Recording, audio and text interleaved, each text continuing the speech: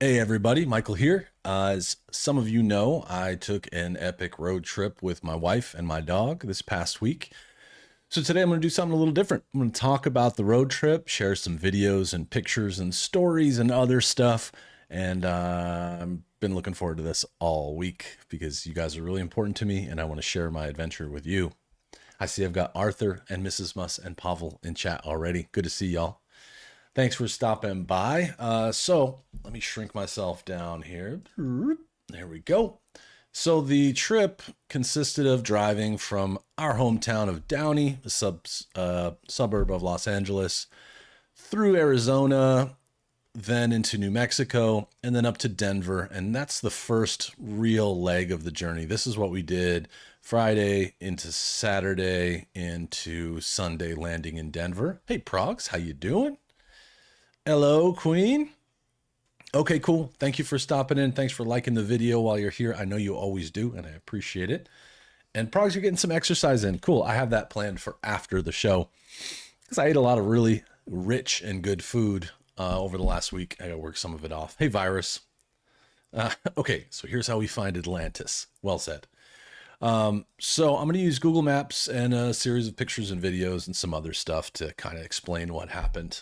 Hey, George, how you doing, dude? Welcome. I brought you together to share an adventure. I wish I could have brought you all with me, and this is the best way to do so. If you've been on Discord, you probably have seen some of these pictures, but I hope that I'll be bringing out a lot. So there's two reasons that we took this trip. One, because we needed a vacation. My wife and I haven't taken a long trip in quite a while. We've gone back east a couple of times to where my family lives. So we've gone to little things like down to Tijuana or on little camping trips, but nothing more than a couple of days. Virus. If you know where it is, holler at me. I'll do that next. This one also, my sister Liz lives. That's a little tough to say. Liz lives outside of Denver, real close, like 15 minutes from Denver. So it was a great opportunity, and I'm thankful to her and her boyfriend for hosting us. It made the trip much easier and cheaper because we had a place to stay, and their apartment was awesome. They have 2 bedrooms, 2 bathrooms, so it was perfect for the 4 of us. I definitely passed a lot of 1800 stuff, George. I did. If you hear and smell bagels, you'll find Atlantis. That's as easy as it is. Okay. I think I've found Atlantis a few times. All right, so let's get started. Firstly, we've got, of course, you have to get ready. So first things first, Miss Murph, our Labradoodle, who we love dearly, had to pack. So as you can see, she's in our luggage. She's packing her favorite toys. That little Simpsons-style donut is one of her favorite things in the world. So she really likes that. And she packed everything up and got ready. She also has a huge tennis ball there behind her. We did not bring that. There was not enough space. So that's how it started. This was the night before on Thursday, August 8th, 7th, something like that. Hey, Buster, how you doing? Yeah, there's Murphy, looking cute as always. She got her haircut a little beforehand so that she would be perfectly cute. So did I. I was not as cute, but... And then California's drive, say from Downey to somewhere around Joshua Tree, is not that exciting. It's a lot of city driving. We left at 5 o'clock in the morning, so the sun wasn't up yet. We drove out and got on the road. We originally rented a Hyundai Tucson, which was like an SUV. More about that later. But we packed up the truck and got on the road, got gas, got out there as quickly as we could. It was kind of boring, but I'll show you a little bit about what it looked like at dawn. Let's see where this opens up. Nope, not you. I want you. So right when the sun was coming up, it looked a little like this. You can see some California sort of desert mountains and some wind turbines that are used for power. And this is us driving down the, I think this was the 10 freeway, maybe the 40. And there's the sun. It'd come up a little ways, but so this is what it looked like where we came from. It's Southern California, inland of the coast is very desert, just like Nevada. And so you just get, you know, these big brown mountains, some kind of tumbleweed looking things on the sides. And Unknown is in the house as well. Hey, buddy. And so that's what it looked like to begin. And what we did, I'm going to zoom in a little bit here. Let's hope this works.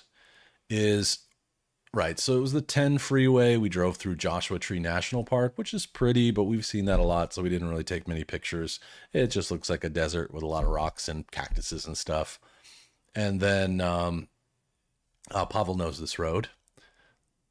And then when we got here into Arizona, which I think where's the border for Arizona? It's here somewhere, right here. This is the border for Arizona. Once we got across the border and continued driving on, we got detoured. Normally we would, I don't think you can see my pointer. Hold on one second.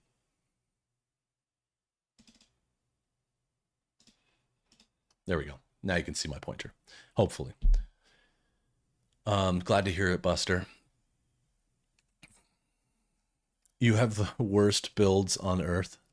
Is it that bad, Virus? We have a lot. I mean, look at all this land. There's a lot here.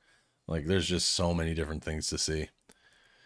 But right here on the 10, we would normally have taken, let's see, we switched off the 10, got on the 60, and then we would have taken this all the way. I'm trying to find exactly where we would have gone.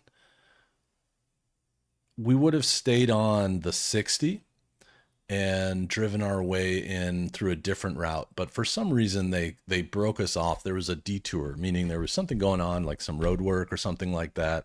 And unless you were a big 18-wheeler type truck, you didn't get to stay on. So we split off and we went on this country road that was really straight. And like every once in a while, the road would just dip and come back up, or go up a big hill and then dip. And so it was it's just really straight. It was a little bit stomach turning, but it was cool. So we started seeing some other stuff. Like we started seeing, let's see what I got here. I think this should be a good one. Yep, we started seeing cows. As you can see, it's the terrain is very similar. It's a little more muted, and then there's some farmland here where there's a lot of grass. So these are like Angus cows. The black cows, I think, are Angus. There's also some wild horses, probably someone's property because they're inside the fence. And yeah, it was a bit like a roller coaster. Unknown, it's comparable to Daisy. By the way, I watched some gameplay of Daisy. It was pretty damn cool. Looks fun. Yep. This is like Heartlands, right? It's got it was nice. It was kind of cool. This was off the regular highway, so it was more like a small road. I think there were only 2 lanes on each side, where the highway we came from had 4 lanes on each side. But then we started climbing and the terrain started changing a lot. So here you can see Murphy hanging out the window, and we're going up what we call switchbacks. So in order to get up the mountain, instead of going straight up the mountain, they make the roads curve, or go around the outside edge of the mountain. And you can see here in the background, the terrain's starting to change. It's starting to get very rocky, and the brush is kind of changing into this more desert-like kind of thing. Did you see longhorns? I think we saw some longhorns in New Mexico, but I don't think I have any pictures. Yeah, look at Murphy. She's having so much fun. She had her head out the window for so long, because what you can't see, and I think it's in the next video, is looking out this way where or whatever direction she's looking in, that way, she's got a really, really wide view. It was like looking down the mountain. So it was pretty cool. And did I pet any cows? No, I try to stay away from them unless I'm going to eat them. Maybe this is going to be a video that shows it. Yeah, this you can see a little bit better. This is the other direction. But when hopefully it turns and looks out, I don't remember if this one does or not. Yeah, see how the view is? See how much you can see? You can really look down and see a lot. It was hard to capture from the car. Through goes Muscleton. There it is. Look at that. That was a cool view. It was fun to be up there. There's my shoes. Those are my favorites. Ain't it cool? I'll play it again just in case anyone missed it. I could imagine, George. I'd imagine that there are a lot of curves. Look at the sky, too. We saw a lot of really cool cloud formations and beautiful weather the whole time. It was rather warm, and that's fine. It's August. That's what we expected out of it, but it was pretty dang cool. And driving up here, this is a time when Mrs. Musk was driving. Unknown. I grew up in a dairy farm area, so I've been close enough to cows to know you shouldn't be close to cows. So as we keep going up, up and up and up and up, we get into this area called the Prescott National Forest. And it was exactly what it sounded like. A lot of forest, a lot of green. And here's a nice shot of when we finally got through all of Prescott National Forest. We found this canyon. You can see the road kind of snakes down along the side here and goes around the corner. And this was a beautiful view of Arizona. It was just amazing. I don't exactly know what these are, like what mountains these are, but it was a beautiful view. This was a stop where it was a vista, so you could pull over your car and get out and take pictures. And so, of course, we took pictures of Murph because Murph is our favorite best friend. And that's the same. This is the same canyon. It's just not zoomed. But Murphy had her little hat on, and yes, Pavel. Yep, I shared this in Discord. You're right. Yeah, it does look like New Austin. Arizona and New Mexico both looked a lot like New Austin. And it was my first time driving through this way. Our destination was a place called Jerome, which is right here. So you can see we're somewhere, probably like right here somewhere. And Jerome was here. I've been to Jerome, but when I took the road to Jerome, I think I took the freeway either this way or up. I can't remember, but I took the freeway or the highway, so it was very boring. And then I came into Jerome. So I've never gone this way. And it was one of those moments where like life kind of smiled on us and gave us a detour to go see something that I didn't even know existed. I'd never been in the national forest before, and it was just awesome. Buster, your wife drives slow. So does mine. But it's fine. That's how she feels safe, right? So Jerome is a place. The reason we were headed to Jerome is because there's a famous musician named James Maynard Keenan. You might know him from the band Tool or A Perfect Circle or another band called Pussifer. If you've been on this channel for a while, you know I'm a big fan. And he lives here now. He used to be an LA person. He originally is from Michigan, but he was an LA guy who put together one of the greatest bands of the 90s, in my opinion.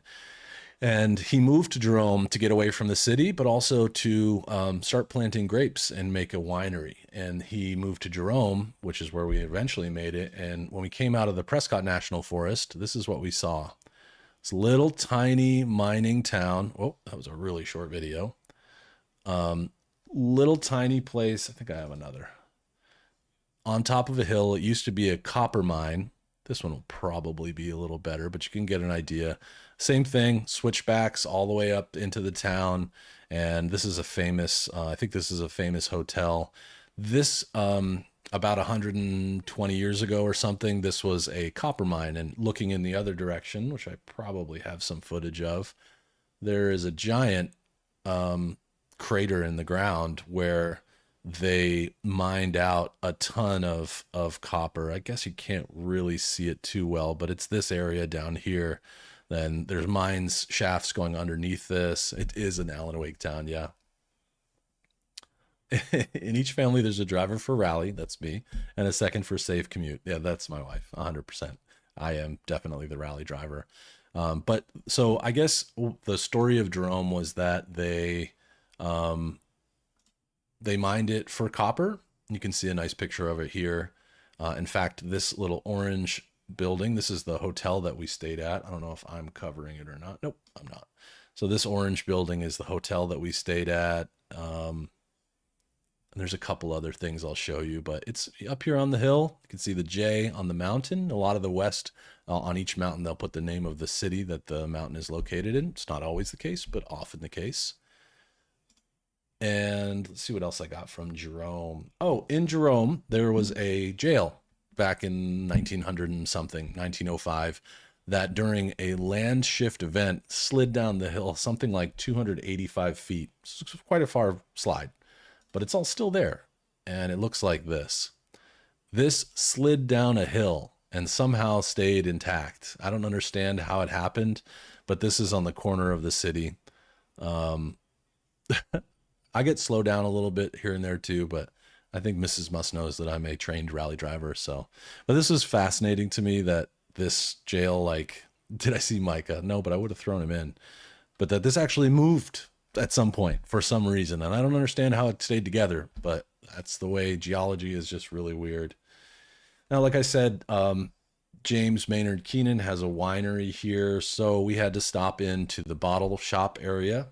This was right in Jerome, and we ordered two flights. This is all white wines and rosés, and this one in the front was very unique. Kind of hard to describe, but most of the time wine doesn't have any yeast left in it, but this one had like some natural yeast and made it a sparkling wine, and then a bunch of red wines. Yeah, it's just like Mercer. And there's some tasting notes there. Really cool place built into what looks like it was probably a retail space at some point, but it's beautiful. Really nice people in there. We bought a couple of bottles. So here's what the bottles of wine look like. I'll zoom in for this so that you can see. They look like this.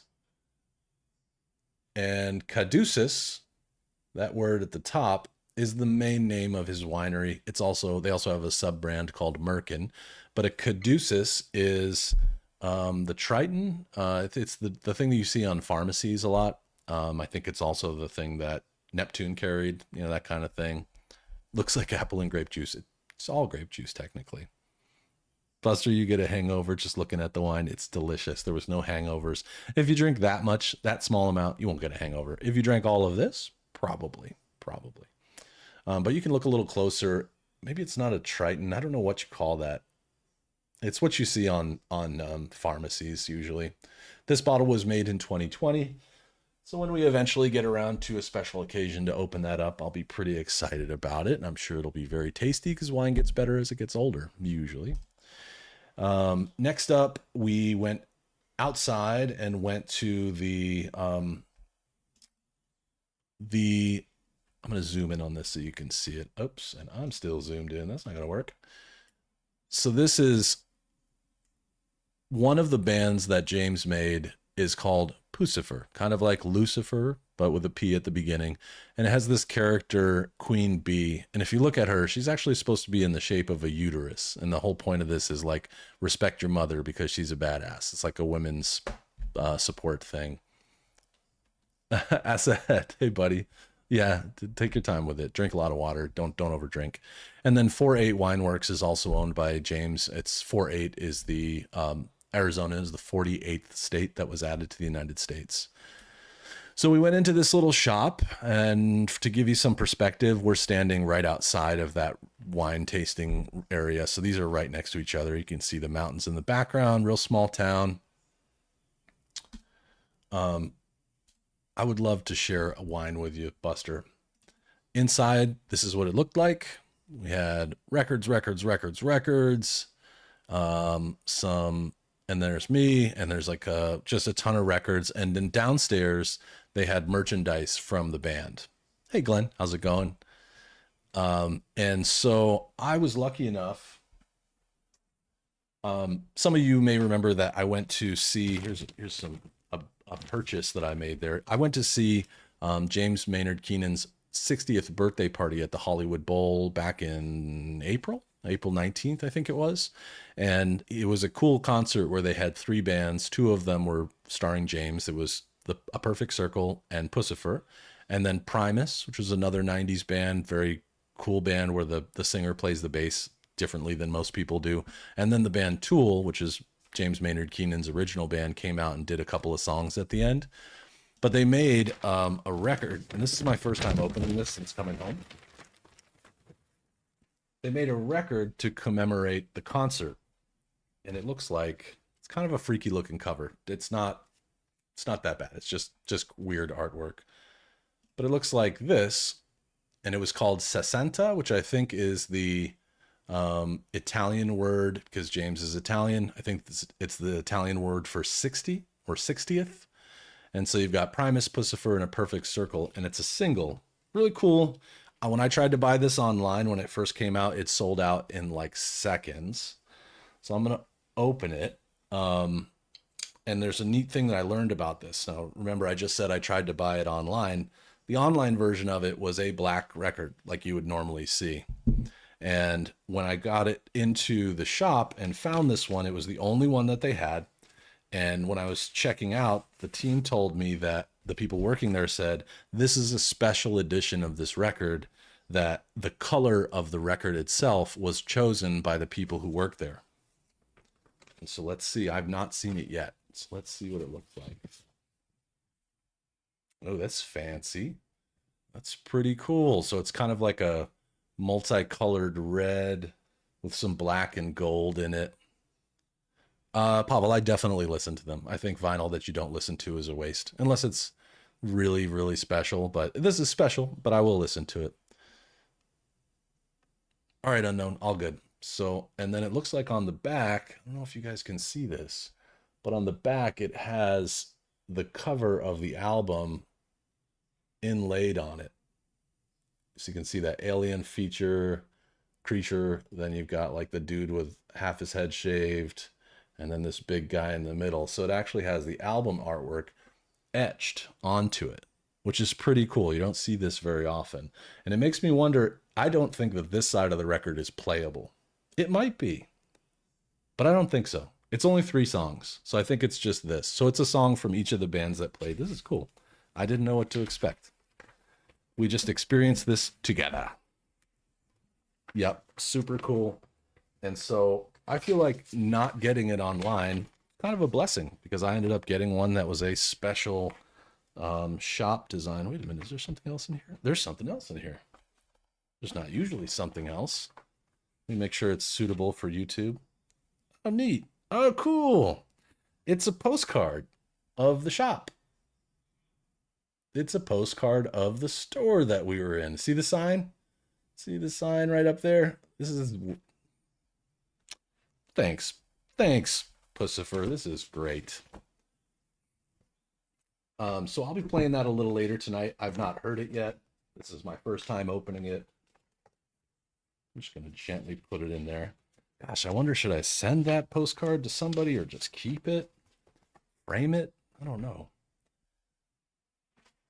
That was pretty awesome. I didn't expect to find something else in there too. And I guess that's probably to show that I got it from the spot. Okay. Back to the map. Do I have more pictures? Of course I do. A couple cool things that they had in the shop was, like I said, they had a ton of records. I also got a t-shirt and some other things. I also got, I might as well go back to full screen. I got a wine stopper with the Pussifer mascot on the top of it. So this is for like if you don't want to drink a whole bottle of wine, which I recommend you do go slowly. You can just put this on the top and it keeps it airtight. This was pretty cool. I figured there was no way I could find something like this anywhere else in the world, so I had to grab that. Pretty neat little thing. They also had, all over town in Jerome, they had old cigarette machines that were turned into, so like some of you may not remember these, but you used to be able to buy cigarettes in these machines. Instead, these are little cigarette box shaped art from local artists. We didn't buy one, but you could put in $5 and buy yourself some art, and you put the money in, and then you pull on one of those things and the art drops out. A million years ago, when I smoked as a young person, I don't recommend smoking. It's not good for you, but I did smoke because everyone did when I was young. We used to run into stores and restaurants and hotels and use these to buy cigarettes illegally. Kind of a little blast from the past for me. Yeah, there's a lot of funny stuff, a lot of interesting names. Like we have a Baghdad next to nothing.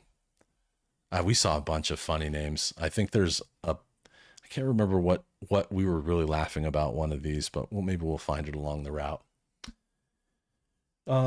We later went to the vineyard itself. Remember I said Caduceus is a brand. Well, they also have Merkin, and this is where they had a restaurant, and it was on top of a hill. I wish I had a picture of the view. I don't think I do. I might have shared it with you guys, but on the other side of this building, it's like on the edge of a hill, and it just overlooks all these beautiful mountains, kind of like what we were looking at before. Unknown, that is in hotels and restaurants and bars. That's how they sold cigarettes. At regular stores, it's always been above the counter, but yeah, it was like a convenience thing, kind of like a soda machine for smokers. But this is a really cool place. I liked it. I liked how the building was partially built out of shipping containers. That's what these metal things are. Yeah, trattoria. That's I think means restaurant in Italian. And they make the wine here, all of it, Merkin and Caduceus, and the food was delicious. I remember sharing, we had ravioli and a summer salad, which I'm not going to share today because it's already on Discord, but I will share some food pictures. Oh, frogs, that's awesome. We're going from Nice to Brest. Okay, sounds like a fun ride. Mrs. Moss, you do have there was a train that went down, like a very small two-person train that went down the hill on the other side of the building so that you could come up from the other side, but we didn't go that way. After having lunch and doing all that stuff around town, we went to our hotel. Remember, I showed you it was this little orange hotel here, the Clink Scale. It's been there for a billion years, a really old historic place. I don't know if you guys can see that, but what happens if I click on it? Hopefully it doesn't ruin everything. There you go. There's a slightly larger picture. Can I go back? Yes. Okay, good. Maps are so picky sometimes. Um, and we went into our room, and this was supposed to be one of like the haunted, it's kind of like a ghost town.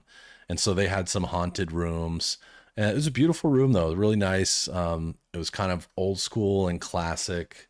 Murphy's favorite part of the hotel room for some reason was the bathroom. Must have been cool in there. It was like 95 degrees outside. Um, and nice bathroom. I mean, this is ideal. I love the tile. This shower is a great setup. But yeah, she was like, um, it was a very little hotel. I think they had like 6 or 7 rooms. Right, the brick wall in the first picture, yeah. Yeah, the bathroom was almost as big as the room. The room's really small. There was a TV, but this over here is exactly the same over here. It was the same nightstand with lights on it and stuff.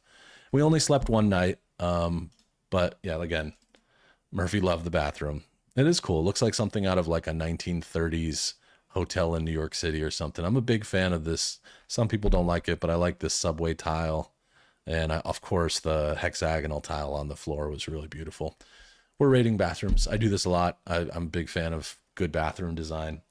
We went downstairs to have dinner at their restaurant, and this is the lower floor. This is a patron and the bartender, and we had yes, 95 Fahrenheit. Yeah, no, if Celsius, I think that would burn everyone alive, right? Um, but it was really good dinner. I'll show you what I had. I like here how they have the tin. Oh, I think it's tin. This metal roof. This was a very big thing to do back in like the 1910, 1920, 1930s. Like a lot of, we probably saw a lot of this in the Mafia games. And I like the style a lot. Not for my home, but for when you go to these historic places, it's pretty cool. Okay, Mrs. Must, thank you. And of course, they had a huge selection of every type of booze and wine that you could want, but they also made a pretty delicious steak and loaded mashed potatoes. Um, Mrs. Muss had I don't remember what this was, but it was a Italian pasta dish. Got to have your water if you're going to have your wine. I liked how they serve the wine in this little carafe and with this sprig of rosemary sticking out of the top of the steak. This oil that was in here was rosemary flavored. The steak was delicious. Fun tip, this is the same kind of knives that I have at my home, except for ours have different colors. Like we have red ones, yellow ones, purple ones, like all different multicolored. The most beautiful floor tiles you've ever seen was in the bathroom of our hospital hotel. Yep. Yeah, when you're in the Southwest, like steak, like we've talked about, George, there's a lot. I think this was an filet mignon, but it's big for a filet. Usually they're really small. This was like a 6 ounce. And of course, the beef down there is so good because they grow a lot of cattle in that area. And then I took a couple other pictures. Some of it I've already shared with you, but this was Jerome at night. So this down here, this is the Pussifer shop, that white building. This was the winery, and our hotel is like down the street. You can't see it, but it was down here somewhere. But you can see the cool view at night. That might be a UFO. I don't know. It could be. But it was a beautiful night, still very warm at that time. We walked around the town. The road snaked up a mountain in an S shape. So we just went around the corner and then went up the mountain. We found a little general store and bought a can of really old beer that wasn't very good, but I was thirsty and wanted a beer before bed. Absolutely, Progs. Jimbo, my man, member for 12 months. Thank you so much and good to see you, dude. Thank you so much. And then during the day, here's our hotel, and this is the police station. Not the whole building. This little box right here. This was the police station. They had one police officer. He was not at work yet. This was like at 8 in the morning. He was not there yet, but there was one police officer in there. And I think mostly what he does is just give parking tickets and stuff. But street combat was happening. I'm doing great, Jimbo. And George, thank you for your sponsorship. Thanks for being a member of the channel. 10 months, man. Time flies. I love that truck in your avatar too. And so yeah, it was cool. Such a small town feel. The clink scale was really good. If you ever go to Jerome, Arizona, I highly recommend staying here. It was really, really cool. I think that pretty much sums up Jerome. So we're going to move on. So the next thing we did on the morning of, this would have been Saturday morning. So all of this was driven on Friday. We stayed over the night in Jerome. Then we woke up early in the morning, got in the car, and made our way around Sedona, which is a really beautiful place. Look at that place. I don't know if you can see that. Look at the place. Look at Sedona. Look at these rocks. It was amazing. It's a beautiful, beautiful place. Just unstoppable views. Both Mrs. Muss and I have been there, not together, but separately. We've been there before. But you can see the terrain is just all red and beautiful, super cool. And we drove around through this area, taking the 17 north.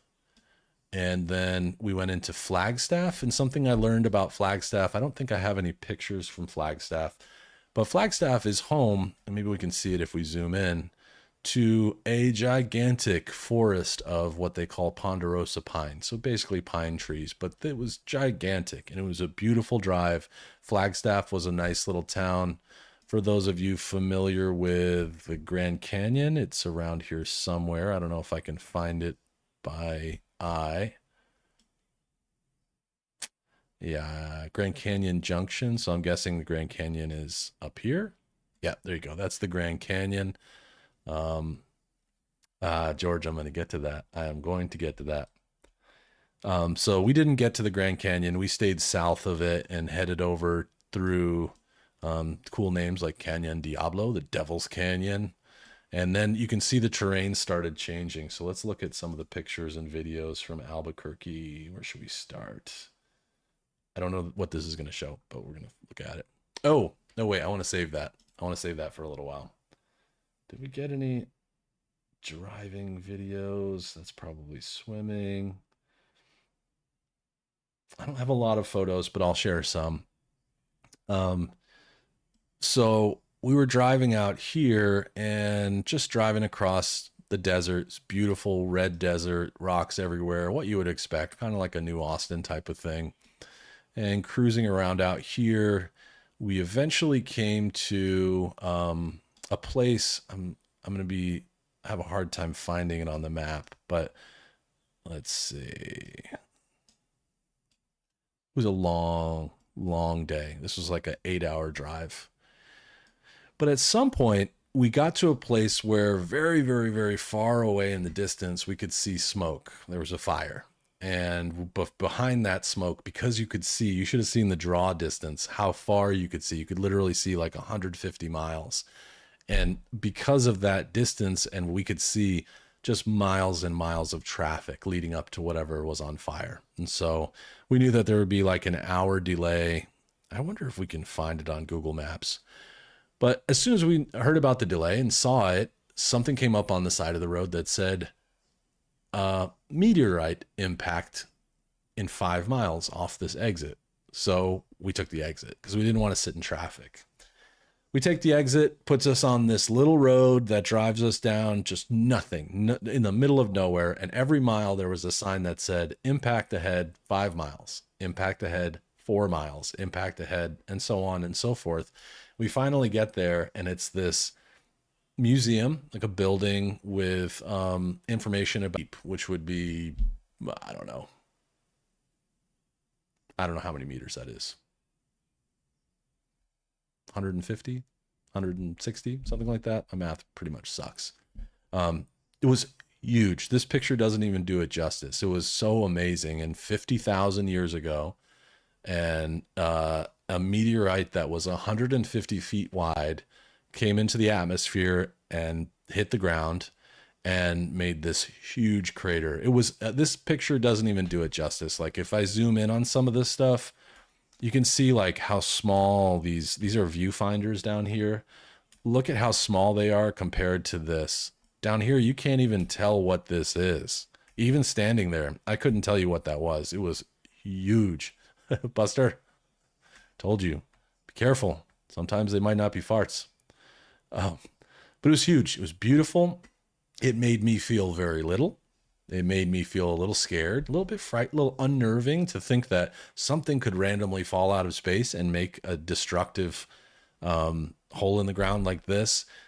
Again, the picture doesn't do it justice, but it was a beautiful day. I also liked how the clouds pretty much stopped right at the edge of the crater, and I wonder if that has something to do with the way that the wind flows through the crater, like it has its own little micro climate or something like that. But I was thinking the same thing, Arthur Morgan. I was thinking this is where the other meteorite is. It's got to be here. Cool tip or cool fact was that 150-foot meteor that came out of the sky 50,000 years ago blew into pieces when it hit the ground. And I guess they have somehow, using radar or something, figured out that it came down and it exploded on the ground, and everything, all the dirt went up in the air and it exploded into a bunch of different pieces, and then the dirt came back down on it. And so there's like a bunch of small pieces of that meteor about 1,000 feet below the ground. So this is 500 feet down. It actually drove down like 1,000 feet, so like twice as deep as this, and then a lot of the dirt came back in on it. So they have some samples of it, but it was blown into thousands of pieces. It was totally unexpected. I did not expect to see something like this in my lifetime, let alone just randomly while we were on a trip. And so we spent about 45 minutes here just kind of hanging out and looking at things. It was so hot. It was like 100 degrees here. It was really hot. So we stayed inside because Murph has little boots that she wears. I don't know if you guys have seen them, but she has little boots that she wears so that it protects her feet. But at the same time, you don't want to let your dog overheat. So we walked around inside and looked at everything and learned all about the meteor. And we did get a magnet, but Mrs. Musk, I was not able to find the magnet. I don't know where it is.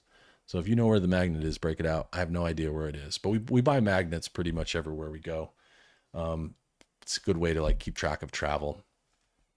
I should make a book from all these pictures. We might do something. I like printing things, and this was a big trip, so we may do that.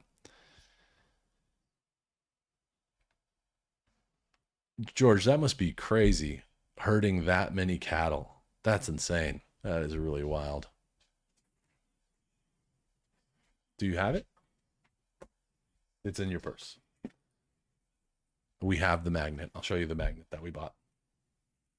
Yeah, she wears little booties. They look like Crocs. They're pink Crocs. Oh yeah, we got a couple things, huh? Thought I grabbed everything. Stickers, but no magnet, huh? Yeah. Where's my magnet? Thank you for running in here. Mrs. Musk says hello, everybody.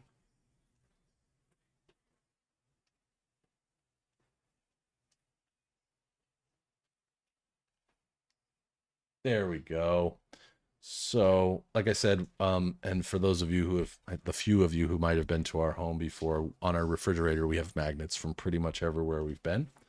And so this is the one we got from the crater. Looks even more substantial from this angle. It's huge. And I don't think you can see it, but right above the word meteor right here, that's that's the museum. So you can imagine the museum wasn't a small place. It wasn't a big place, um, but yeah, you can see how big it is here. It was amazing.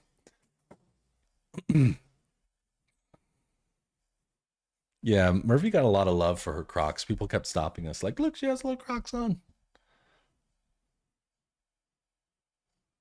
Oh, cool, progs. That's awesome. It's a practice that my wife and I have been doing for the past, I don't know, how long have we known each other? 13 years. I've done it for years before that. It's just a great way to do things.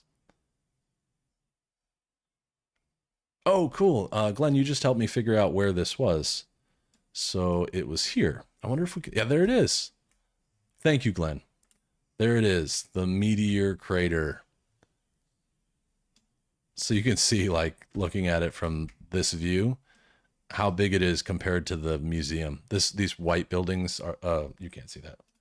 These white buildings up here are the museum, and then we were standing like right here on the edge of it. Thank you, Glenn. I didn't note down where it was. I have the pamphlet somewhere, but that's cool. I'm so glad, Glenn, you know about some of this stuff. Maybe you can help me with navigating a little bit. So, as I was saying before, it was mind blowing. It was really, and it again, it was little freaky. So, as I was saying before, we took this little side street because way up here there was an accident. You could see way far away. It was like, another 20 miles or 25 miles, 30 miles. We could see it, and I saw it as a fire, and I was thinking like, was there a car accident? Is there something on fire, like a building? Nope. It was a car hauler. Look at this mess. So you can see the truck and or the cab, I guess you call it, is ahead because I'm guessing that because of the extreme heat, these back wheels and or all of the wheels, like this thing is completely disintegrated. So something lit on fire. I'm assuming it was the wheels and it burned these cars that were probably en route to their owners, probably being shipped from state to state. Those cars are not going to be in the sequel. They are completely burnt and destroyed, and it was crazy. That'll buff right out. Yeah, George, you notice there's no wheels on this trailer, so it burnt off all of the wheels on the trailer. I'm assuming that they had a brake problem or a transmission issue, whatever, a gear problem back here that it just overheated. It was such a hot day. Um, hey, thank you, Noob. Have a good one, man. I'll see you on Discord. Yeah, I was thinking a dealership, but they were all different makes, right? This is a Jeep. This looks like a Toyota 4Runner. This is, I might guess this is a Toyota Camry. So it could have been for dealers, someone who went to an auction and bought a bunch of cars. I didn't check to see if they had license plates on them. I have one more picture. Yeah, I don't know. Insurance is the only way to solve this problem.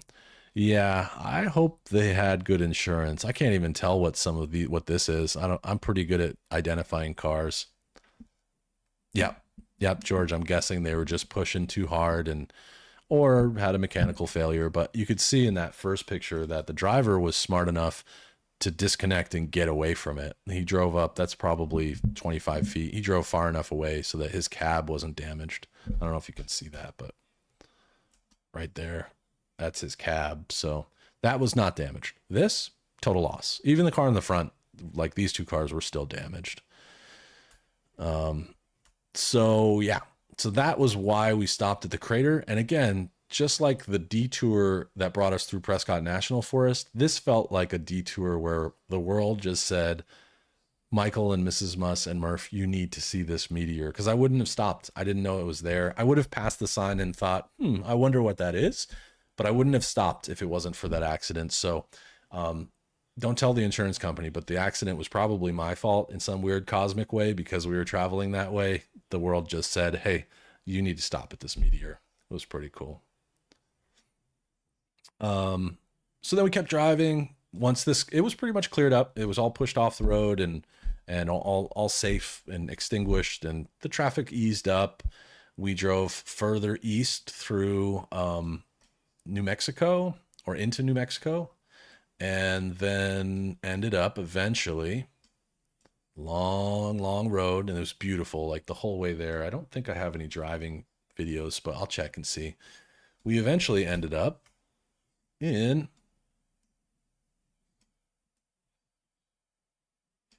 Albuquerque in New Mexico. So to give you some perspective, we've now driven about I don't want to change this. I'm going to 790 miles from Los Angeles. Not a lot of big bridges, Buster. Not here. And not a lot that I remember. A lot of it is snaking through mountains and canyons and stuff like that. We did some pretty long tunnels through mountains on the way home, but I'll get there. And I got to speed up. We're burning time here. This is so fun. No doubt, Google Maps is the best. I have a Google phone, so I use a Google phone and Google Maps and email and everything else. But so Albuquerque's a rather large town. There's a lot of stuff here for New Mexico. It's a rather big city. And our friends live there, and they live in this beautiful home. I'm going to show you their home really quick. I hope they don't mind. But we're going to do a little tour of their home. Let's see. So I'm not going to show the outside of it because that would be mean. But when you walk in, you go into this beautiful living room. I love Mrs. Muss and I were totally geeking out on this map, like looking at all the different places, figuring out where things are from. My friends are from Los Angeles originally. Actually, originally, they lived in England and Sweden, but now they live in New Mexico, and just awesome. They recently had a bit of a flood, so they had to remodel parts of their home, and so a lot of this stuff was very new. Yeah, right. They are very great taste, and I love this type of house is called Pueblo, and it's very common in New Mexico. It's sort of like square and has a flat roof, and so you can see all this design on the inside. This is very traditional New Mexican type style. Um, I know the couches and this little thing, this spun, it's swiveled so you could turn it a little bit. They have a fireplace. Both very smart, very successful people that I look up to, and they're very good friends. And then if you go into their dining room, let's see if I can find it in. Oh, here.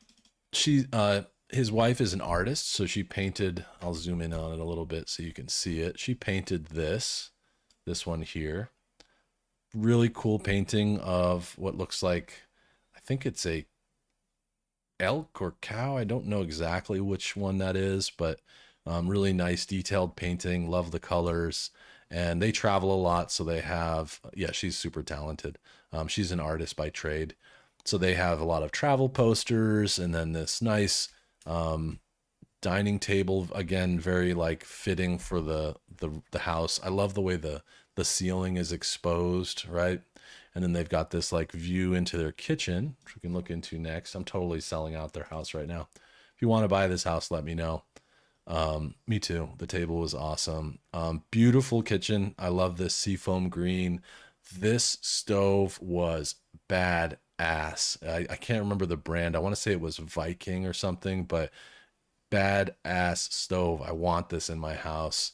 My stove is really cheesy. I like the fans, again, the wood ceiling and everything, right? They know what they're doing, Pavel. I mean, and you're right, Arthur. It's beautiful. They took very good care of us in. Oh, here's another picture of the painting. It's a better picture of the painting. Yeah, I like the stainless steel fridge. We have one of those too. They do. I mean, you can tell an artist lives here. They definitely, both of them are very creative people, but beautiful stuff. Like this colorful tablecloth is very Southwest New Mexico, and you can see outside their home is very green. Right? Isn't the painting beautiful? Look at that thing. It's really cool. I don't even know where to begin with it. It's just beautiful. Cool colors, very fitting for their home. And I think that's all the pictures of their home that I took. But in the backyard, they had this cool raised deck, which was pretty neat. You walk up the spiral. Tell me you're an artist without telling me. Exactly. Just walk through their house. You'd figure it out. But this was neat. It was like a metal deck where you could go up and sit. And then there's a pool here. You can see Murph was running around checking things out. This was a surprise to me. Um, Rick, isn't it cool? And hello, how are you, dude? Our resident artist is in the house. We were just talking about my friends in New Mexico, and she's an artist, and she painted this. She paints for a living and sells her art for a living, so it's pretty cool. Yeah, their backyard was beautiful, and then eventually, here's the view from up on that. This is on top of that metal thing, and you could see they have a garden with vegetables. They were they were saying like, oh, we need to like weed and fix things up. But I was like, this is beautiful. It's so cool. And then this pool was only about 4.5 feet deep. And so like a meter and a half, right? Uh, yeah, that sounds right. I don't know. Don't trust me. But like not super deep, but deep enough to swim in. And so we went, I hope this is the right video. We went swimming. Me and my Murph swimming. Look at her swimming. Look how cool that is. She loved it. She jumped right in the pool and was like, I'm totally going to go swimming with my dad right now. Look at her. Look at the happy face. I'll play that one more time because I like watching it. Yep. She's such a good swimmer now. Oof, Buster. That's a surprise. You ordered stainless steel and got black. Um, don't, I am not a crook. Um, Yep. That actually, I was pretty much crawling because it was only 4 feet. But yeah. Let me see what these other videos are. Maybe these are driving videos. Oh, okay. Here you go. Here's some of the terrain. This is what New Mexico looked like. I skipped right over these. Sorry, guys. Yeah, we're buddies. That's my best friend right there next to my wife and my dog. So this is kind of cool. You can see the mountains and how different it is from California and different from Arizona too. And kind of more raised up. It was really cool. So I might have more than one driving video. Oh yeah, look at that. I like how there's like green. This is a really short one, but I like how there's green. Both of those states in different parts were a lot more green than I thought. I always thought Arizona and New Mexico were red and tan. I always thought that's just the colors they were. But even here in the middle of August, when it's one of the hottest times of the year, there was still green, and it was really cool. I don't know how you get on top of these things. You must need like a helicopter or something. While we were there, we saw some wildlife in their neighborhoods. So here's some horses that we saw, and I'll get my head out of the way for this one here. They're just having some snacks. Pretty horses. They seem like old horses. You can kind of tell by their posture that they maybe were like retirement. Wait, were there Crocs? Were there Crocs in one of these videos? Oh no, no, my shoes. No, I wear Jack Purcell's. I will prove it. You can see my pasty legs.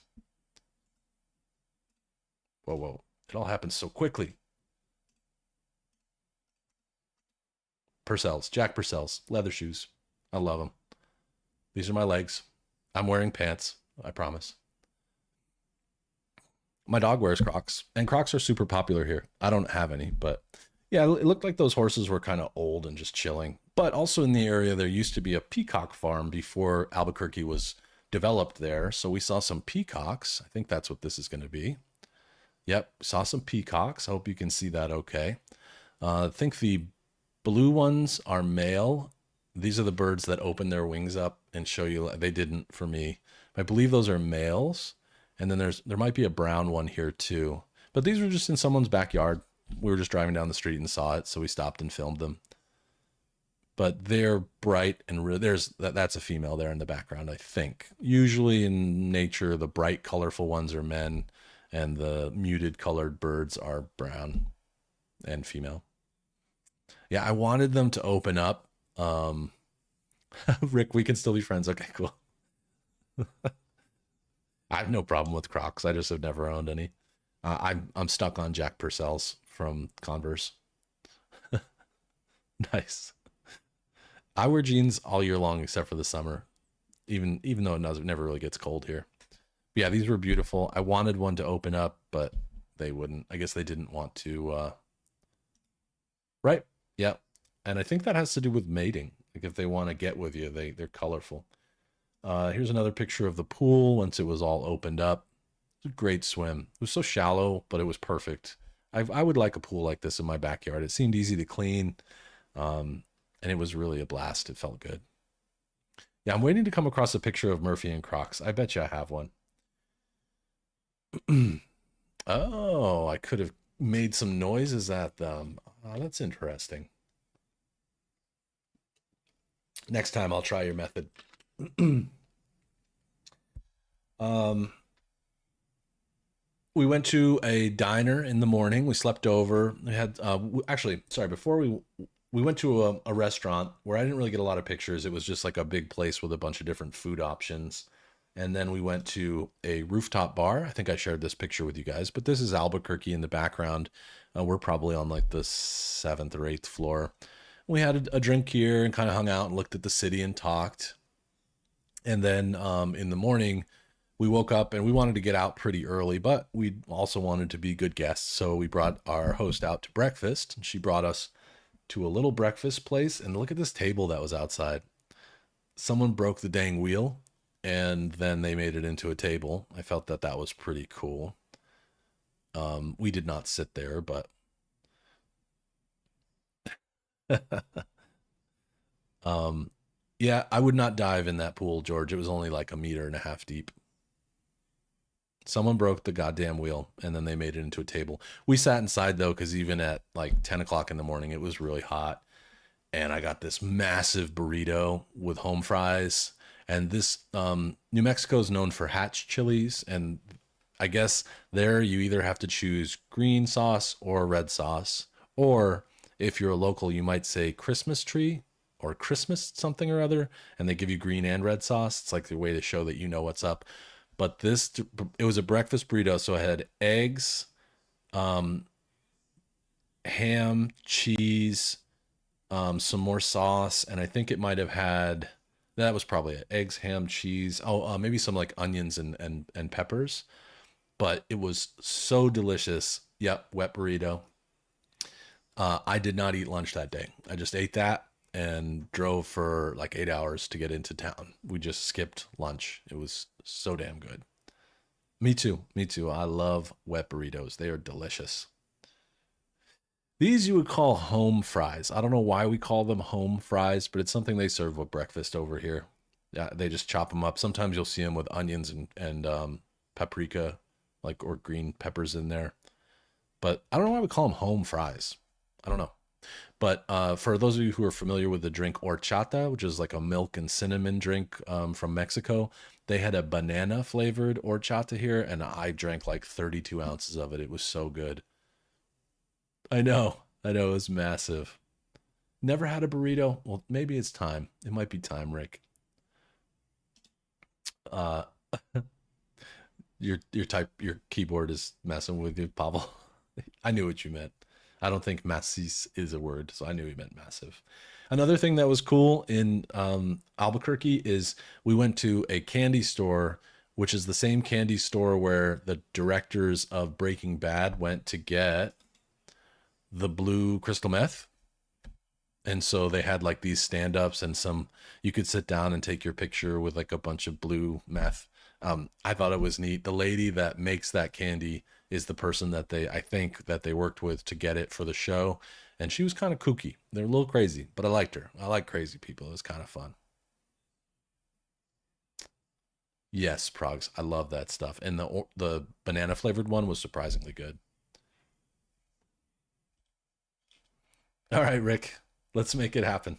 We just need to sell a couple paintings. You'll be good. Yep. So that was cool. It was an interesting little stop, but very soon after we left, and we headed north on the 25 or Route 25, I guess they would call it. In California, you say the in front of the street. In the rest of the country, you pretty much don't. They would say Route or Interstate 25. We would call this the 25. I don't know why we do that, but we do it. So we get up to Santa Fe and then start getting into the mountains and cutting through. Oh, wait a minute. Oh, right, right. And then there was a Las Vegas. I didn't, this is not Las Vegas, Nevada. Screwed me up there for a second. I was like, Google, you've ruined me. But as you can see, it meanders its way up and into the mountains north, north, north. Not the Las Vegas you're thinking of. Um, oh, they make salsa sauce with prawn? Hmm. Slang in. Good to see you, dude. I'm glad to show everybody this. I wish I could have brought you all with us. It was so fun.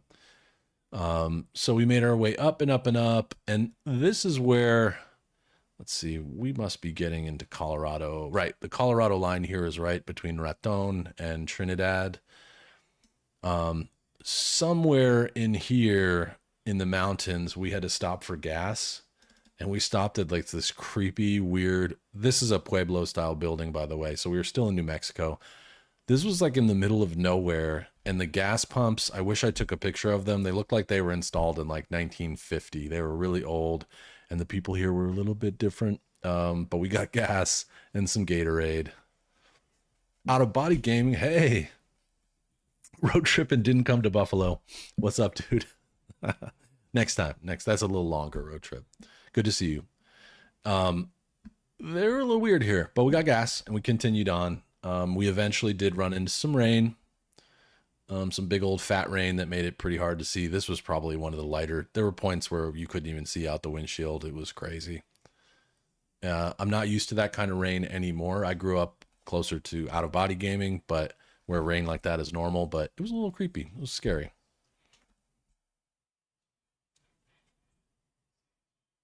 Yep.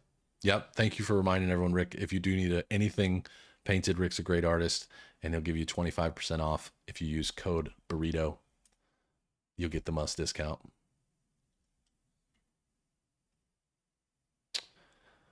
That could be. I feel like El Chapo probably did a lot of stuff in Texas too.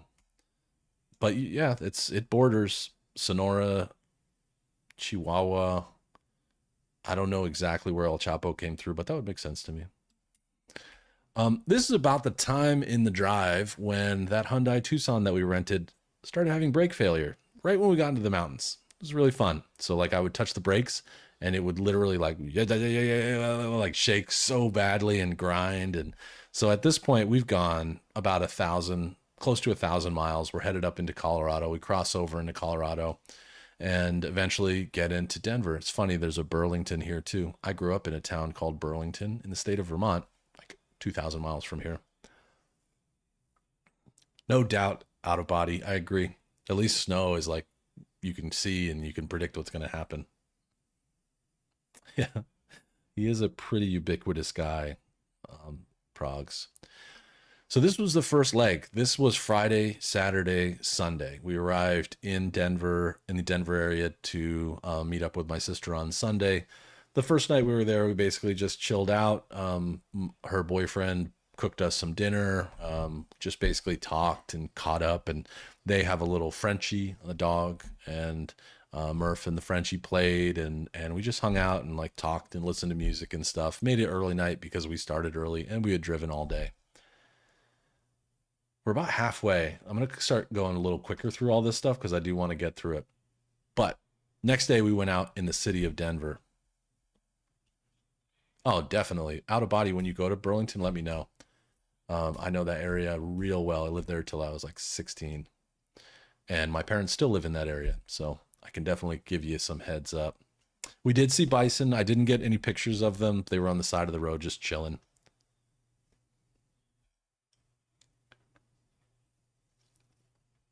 That makes sense. Yeah, New Mexico does, I think, look a lot like that part of Mexico. Agreed.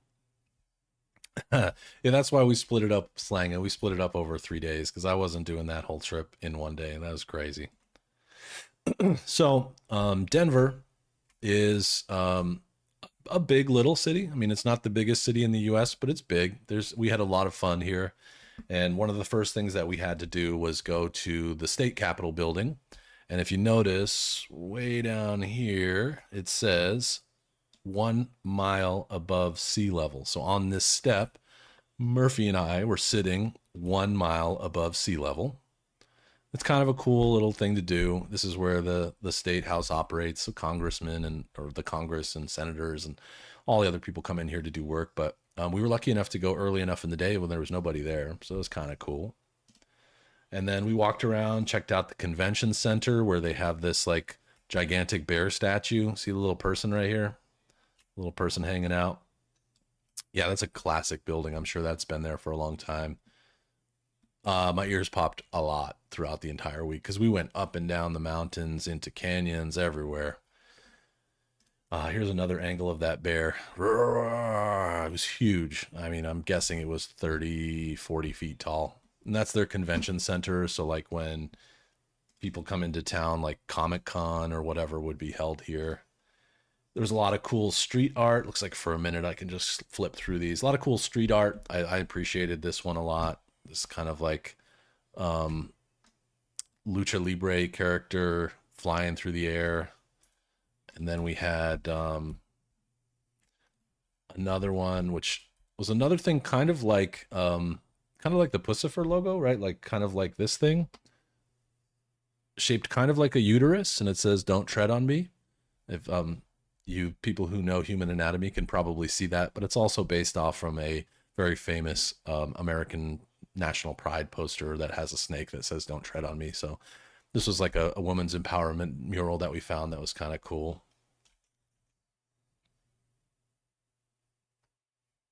Yeah, Rick. Yeah, he would have been teabagging us pretty hard. That's sick, Glenn. We got as high as about 12,000 feet in Estes Park. I'm getting there. Here's Murphy standing on a rock next to a river. There's her Crocs. Look at those beautiful things. Look at them Crocs. Aren't those cute? All right, George. Nice hanging with you, man. Aren't they cute? Look at her. With a little bandana on and everything. She just is like born for photos. I don't know. I'm so glad. I'm so proud we got her. Her little clean white teeth. She could bite you. She won't, but she could. What else I got here? Some more. This was closer to my sister's house. This was at the Denver Beer Company. Yeah, the Crocs everywhere we went. She wore them because it was so hot, and people would be like, "Oh my God, she has little Crocs!" Like we hear kids like, "Mom, she has Crocs," or like people would just come up to us and be like, "Are those Crocs?" You know, it was really cool.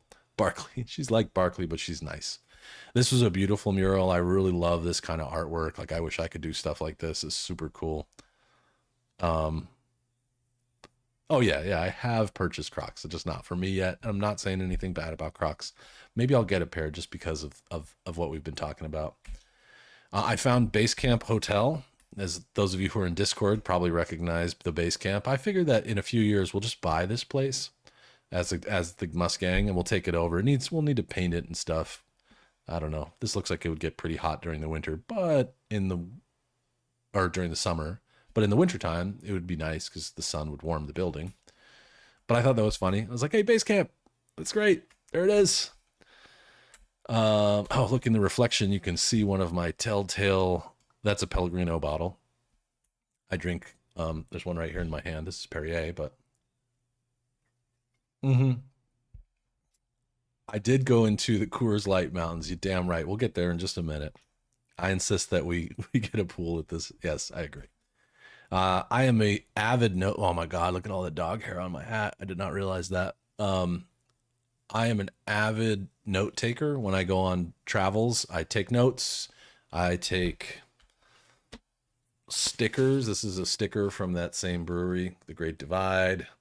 I like to write things down because I have a pretty good memory. But for those of you who play games with me or watch the show regularly, I don't have the best memory in the world. So I write things down so that later on I can go back and read what I wrote and sort of have I don't know what the hell happened to my hat today in this picture. It must have been it was day one, so I was probably playing with their dog. Murphy doesn't shed at all, so I must have been playing with their dog. But yeah, little hat fuzz. Nobody cares. Another. This is just a weird picture. I don't really like the angle I took it at, but I was just this was a building like a small skyscraper. I just thought that it looked like something from outer space. It's kind of cool. Yep, got to take the stickers. I got a bunch. Here's one from Denver Beer Company. You got to. I mean, I've for anyone who was on me during the Control playthrough, I think I found the oldest house in Colorado. Truthfully, I think this is an AT&T data center, but it does look like what I would imagine the oldest house from Control would look like. Just nothing, just no windows or anything like that. But technically, I think it's an internet hub. It's probably full of computers. Gold Crocs? I don't know, man. That takes. I don't know. I don't know if I'm that. I don't. I can't do bling. I don't know. I would have a problem with that. It's like the oldest house, right? It's just you go in there and it's the hiss is everywhere. This was their. If you're familiar with Broadway in New York City, where they have all the musicals and stuff, this was Colorado or Denver's Broadway. So there was a bunch of Broadway type theaters here. I think I grabbed another cool photo with the shadows. Yep. So this is like the edge of one of the theaters, and I just found that this was cool. I have no idea what was going on with the clouds over here, but I think it was a data center, Pavel. It was some sort of like internet hub where they just had maybe even telephone services, internet services, whatever, because you want to keep those cold so that the computers run good and stuff. That's why there's no windows. But I thought this was cool. It's kind of a little artsy picture. We found this. I don't know what these are. They kind of look like aliens dancing around in a park. So I was like, I gotta capture this for science. This was on the other side of the Broadway area. Let's see where we go to next. Oh, more paintings. This was at Great Divide, which is the same place where I was taking notes. I thought it was really cool. You can see it used to be more, and somebody came through and painted all. They must have had graffiti here. Somebody must have like tagged up this building, so they painted over it, which is kind of a bummer. But wait, you have this? These dancing people?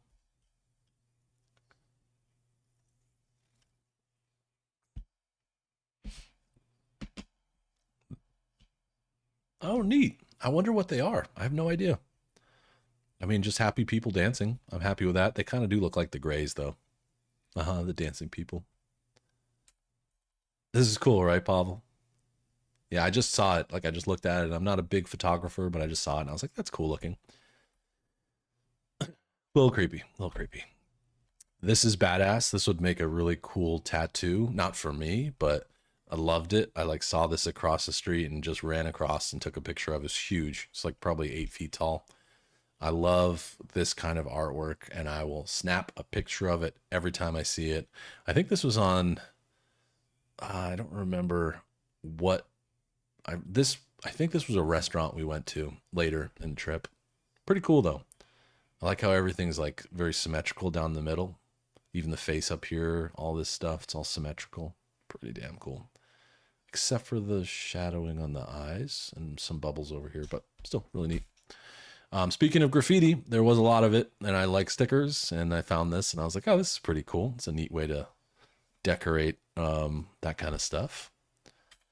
And this is Mrs. Muss and Murphy walking in a little closed down area called Larimer Square. There's a lot of little shops and restaurants here. This is the Colorado state flag. And of course, you know, this is the US flag. Really neat. I bet at night this is a really fun place to hang out. I think I skipped over some stuff here. Where did it go? Maybe not. Yeah, it was nice. Oh, I found us a bar as well. I feel like we have to go to this bar. That looks like something that we could all enjoy. How much graffiti? Yeah, we got that. But I really like this too. This was a really cool mural. Reminded me of my friends back home, my Red Dead gang. We did not go to that bar, but my sister and her boyfriend said it was pretty fun.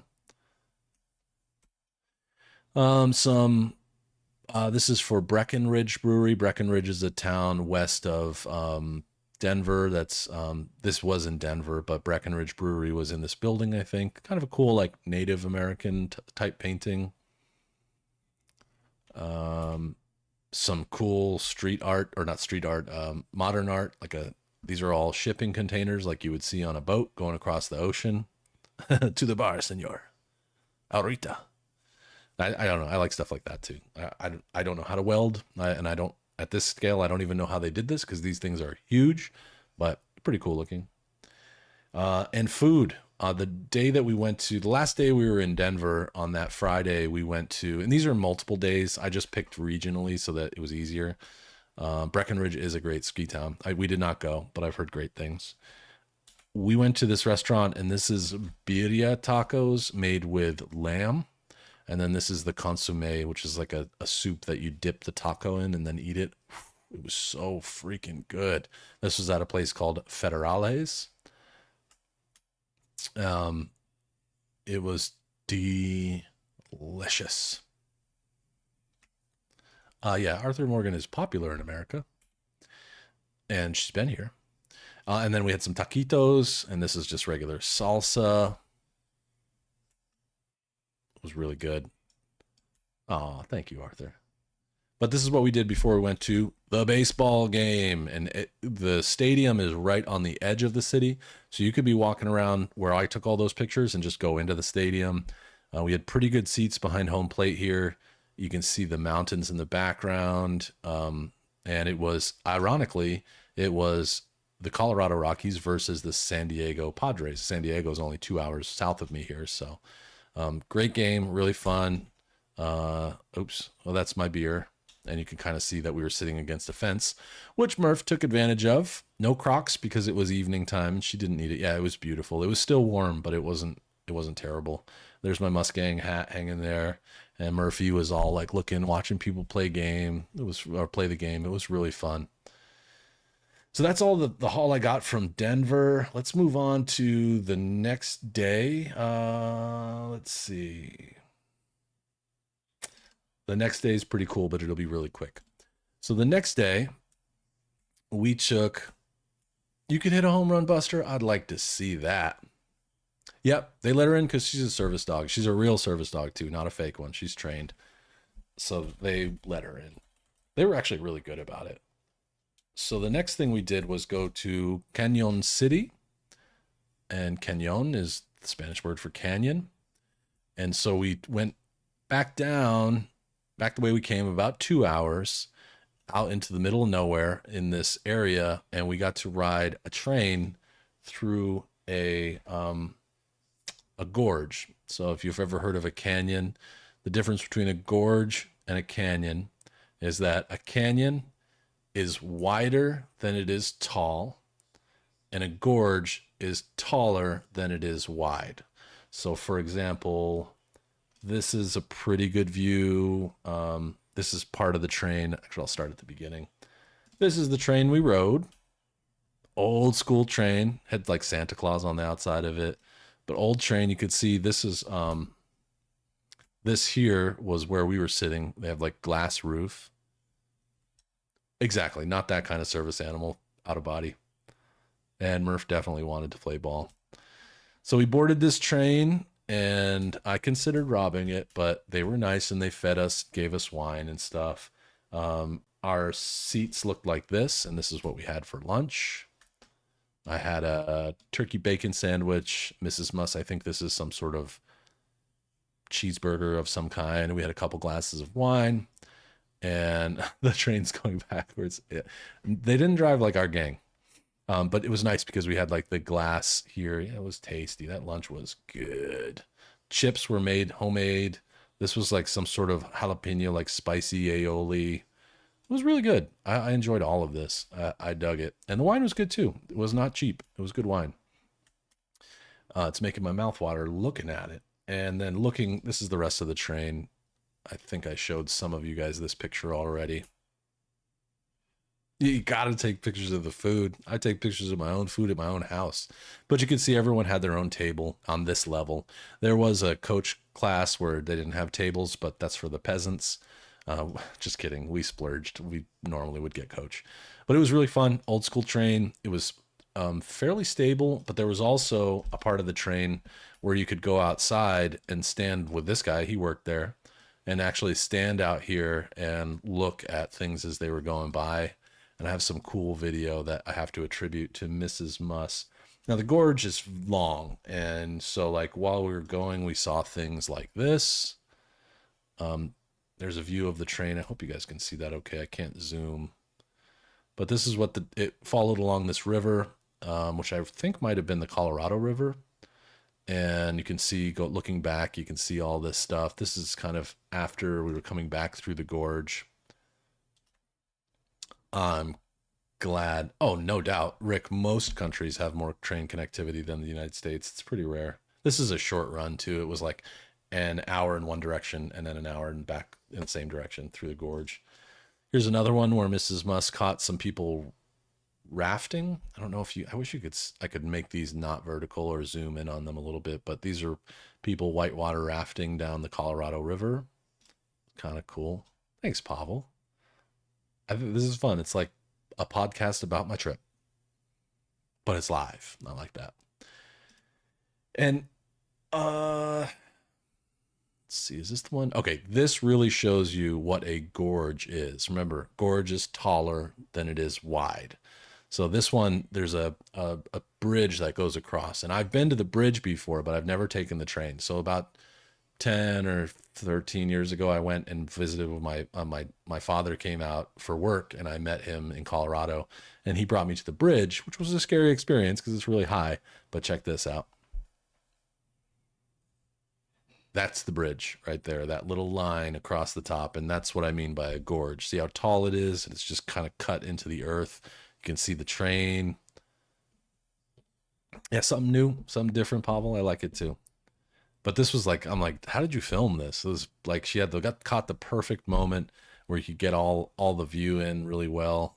I like the way she kind of turns and reveals the bridge. So I've been up there. I've been way up there, up here somewhere. I've walked across it.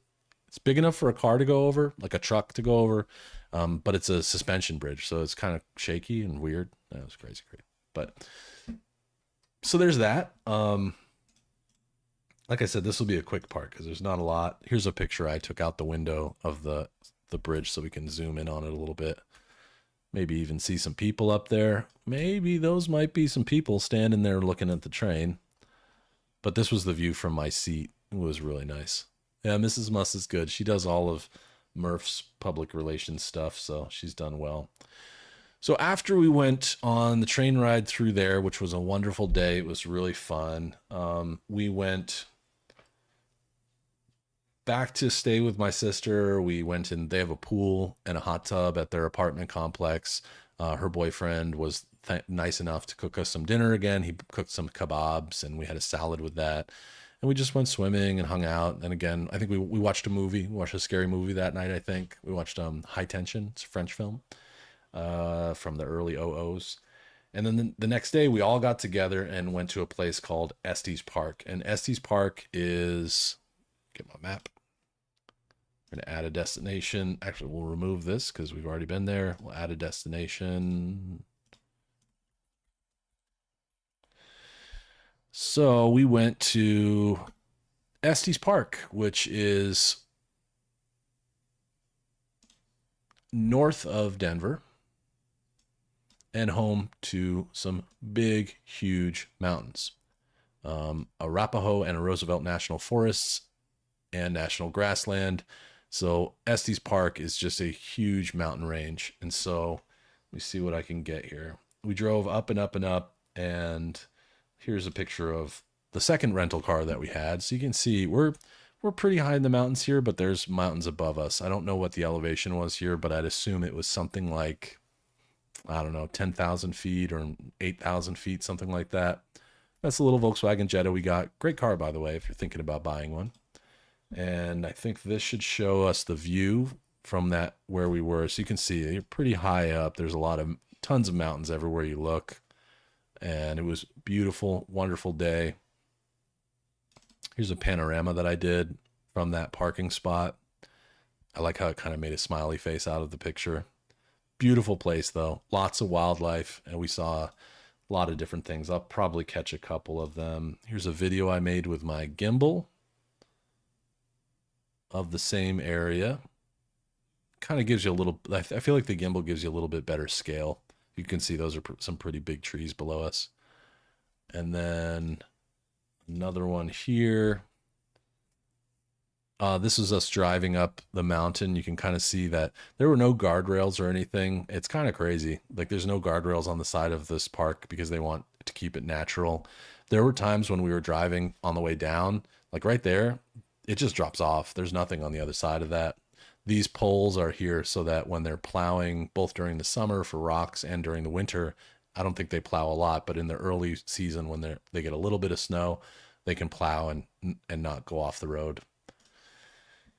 Then we got to the base, the bottom before the summit of the largest mountain there, or the tallest mountain there, and we parked way down here, way down there.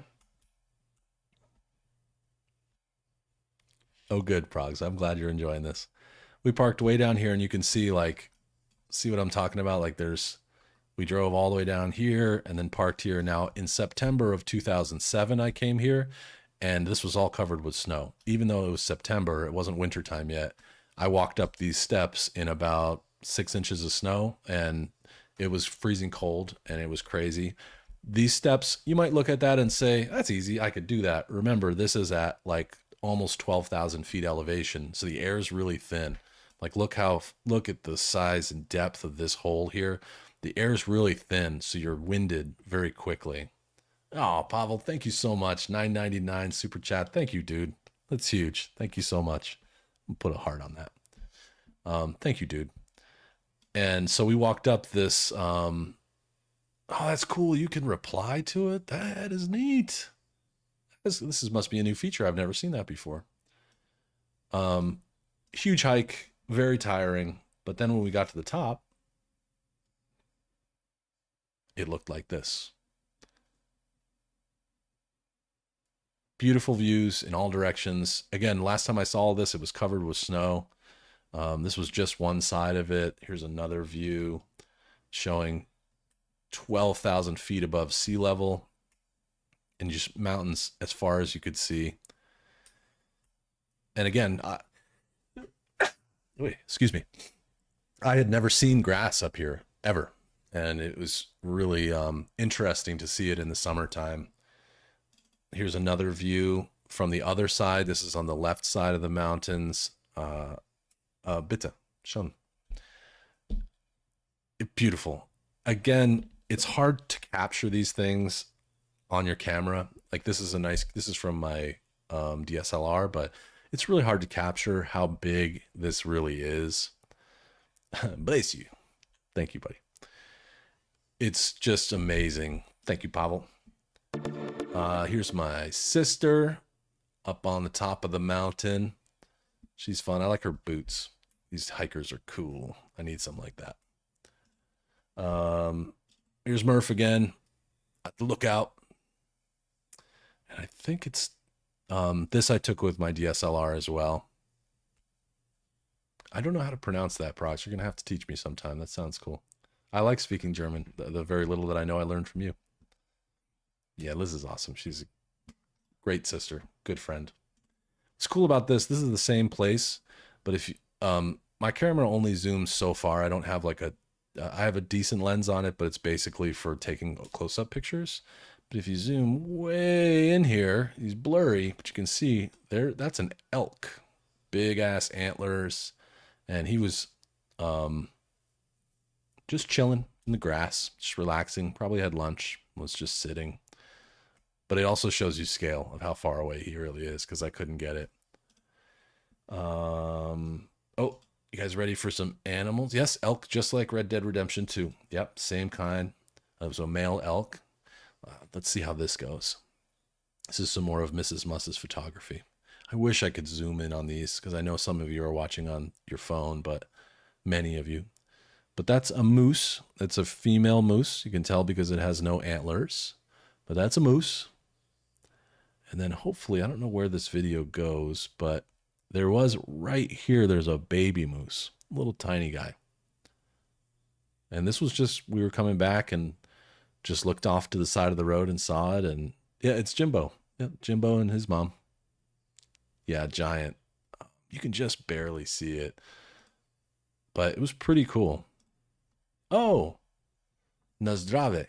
I've heard that as cheers, I think. Yeah, Buster, get your pan in the water while you still can. I bet you there's some gold there. And then here's some deer, I think are going to be in this one. Yep, little deer, little young ones, but they have horns, so they're buck. I don't know if you guys can see that. Again, kind of limited on what I can show you. Oh, and they don't have horns. Those are ears. So they might be, you can't really tell, they're too little, but those are very small deer. So they're young, probably first year, maybe second year at most. They grow up pretty quick. But it's kind of neat. There was live, stuff everywhere. I know. And just wait, I got some more. So we stayed at the Stanley Hotel, which I talked about a lot. It's the hotel that Stephen King based his famous story, The Shining, on. And it looked like this. And yes, it was haunted and very creepy. They talked about a housekeeper who haunts the premises, and some guests had reported that they woke up in bed with the bed tucked in and made around them, which is impossible. If you're laying in bed, you can't tuck the bed in. Other guests have complained that they woke up and all of their clothing and belongings were packed and in their suitcases, and they didn't do it. And then there was also a story, and we actually found it. They leave a lollipop, with the wrapper on it and everything, on the top of the banister on the fourth floor. And if they leave it there, supposedly the ghost of a little girl comes and turns it up so that the stick is pointing up. And so when I found it, it was pointing up, so I flipped it over. Then I went about 5 minutes away and got my wife and my sister and her boyfriend and said, let's go to dinner, but I want to show you this. And when I came back, it had moved from the top banister to the second banister. It's kind of scary. I think that's the word for a banister, right? Oh, cool. Progs. I have heard that. I don't remember where, but that's cool. It could be the two little girls. Yeah, I don't know. I'm guessing like all that stuff is where Stephen King got his ideas, though. At night, it was pretty spooky. This is the in the story The Shining. There's a maze of trees of or whatever you call it, a shrub maze. This was part of the maze. Nice night. It was cool. It was really cool. There was clouds, some good moon. Um, Here's another shot. I shared this one with you. This window up here. This is where we stayed. Right there. That was our room, and it was pretty cool. It was a creepy place, but it was a nice hotel. The people were very friendly. Yeah, I thought so too. That nighttime thing was pretty cool. Yeah, it did look like a screenshot from RDO. Of course, Murph made herself comfortable in the bed as soon as we went in there. She's not allowed to sleep on the bed with us. She has her own place to sleep.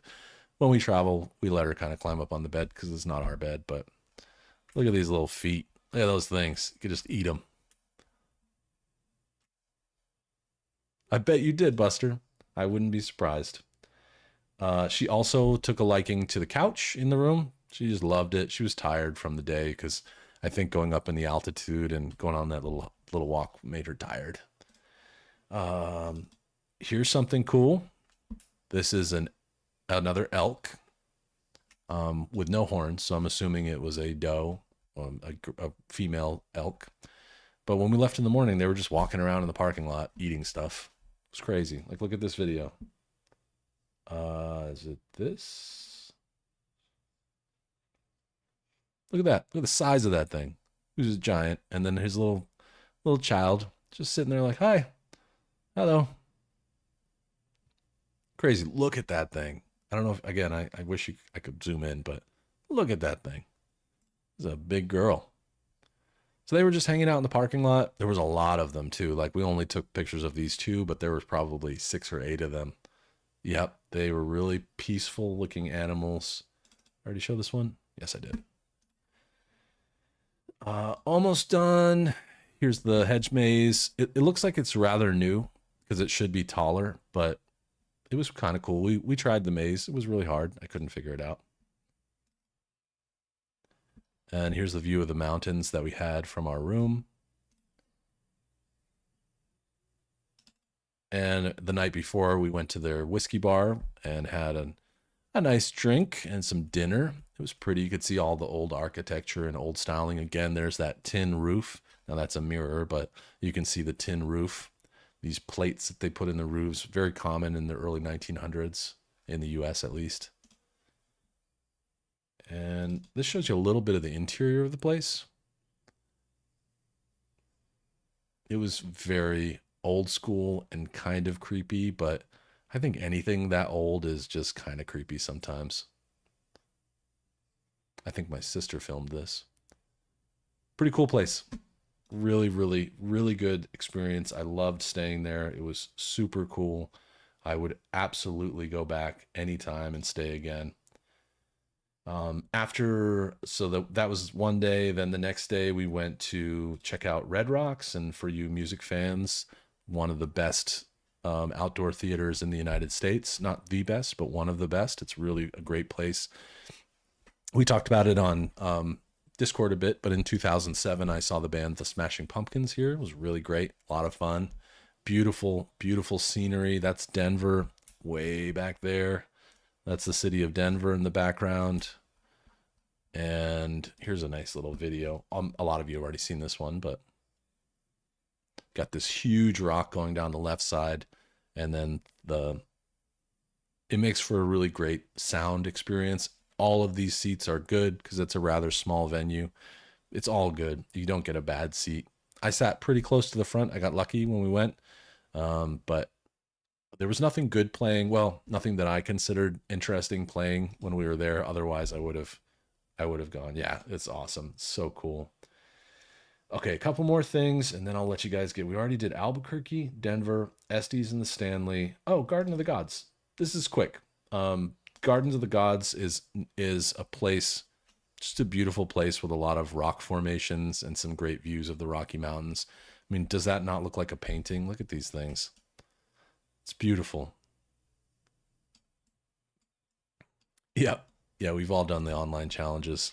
But people live here. There's a lot of really nice houses all built into these huge rock structures. For example, like this one, that's Murphy again, just being cute. But like back here, I know it's blurry, but you can see there's some pretty giant rock structures. A lot of, this is when you look at all this, you think, man, this really was underwater a million years ago. Like it just, other than the trees, you kind of think it was underwater. Look at her.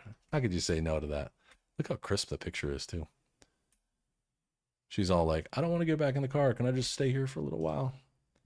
So that was Garden of the Gods. We did Prescott and Jerome, Red Rocks, World Gorge. Oh, last but not least, after we did all of this stuff, we eventually had to go home. So we decided there's a couple routes you can take to get home, and we'll take a look at them together.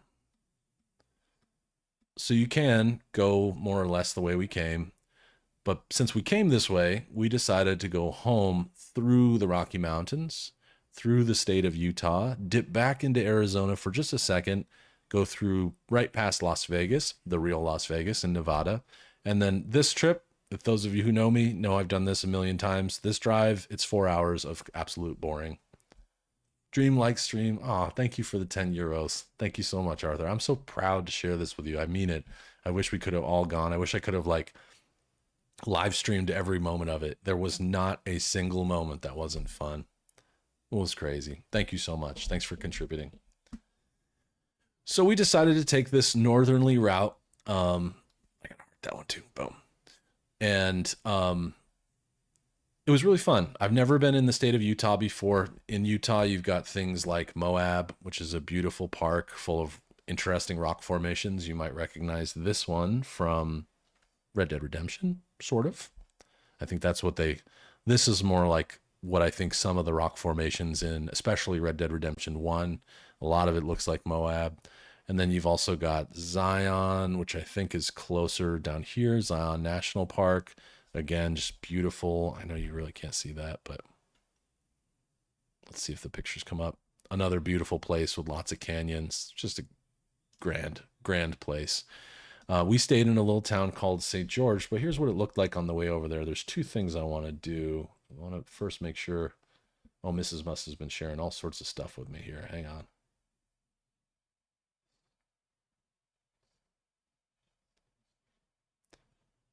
I thought, one second, let me see here.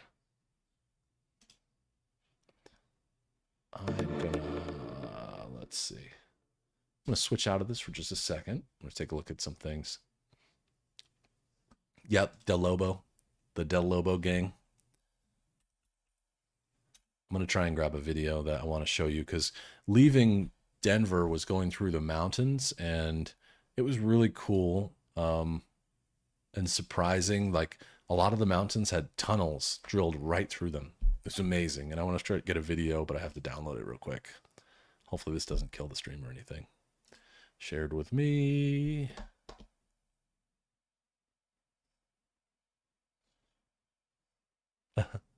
Oh, Mrs. Must shared the wrong thing with me.